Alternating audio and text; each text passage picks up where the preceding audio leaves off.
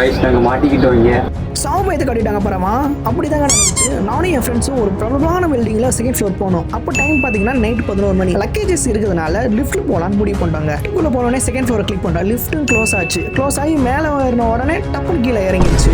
Lift lock ஆயிடுச்சு. ஒத்த நொடியில தான் எனக்கு சித்தம் கலங்கிருச்சு.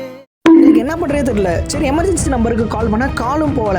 பஸ்ஸரை கிளிக் பண்ணிட்டு இருந்தோம். ரொம்ப நேரமா பஸ்ஸரை கிளிக் பண்ணிருந்தால பக்கத்துல இருந்தவங்க வந்தாங்க. திரும்ப எமர்ஜென்சி நம்பருக்கு கால் பண்ணோம். கால் எடுத்தாங்க.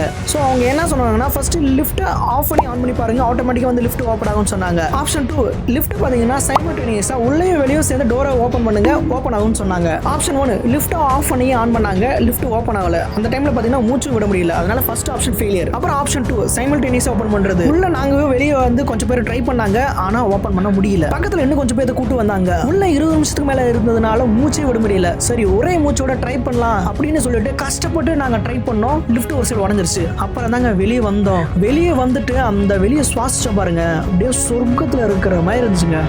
கிளாஸ் இருக்கிற மாதிரி லிஃப்ட் லாக் ஆனா கூட தாராளமா உடச்சிட்டு வெளியே வந்துடலாம். ஆனா இது கிளாஸே இல்லையே. அதனால வாழ்க்கையில லிஃப்ட் பார்த்தாலே எனக்கு பயம். நான் நடந்தே போயிடுவேன். இந்த மாதிரி இன்சிடென்ட் உங்க லைஃப்ல நடந்தா மறக்காம கமெண்ட் பண்ணுங்க. இந்த வீடியோக்கு லைக் பண்ணிட்டு அப்படியே நம்ம சேனலை சப்ஸ்கிரைப் பண்ணிருங்க.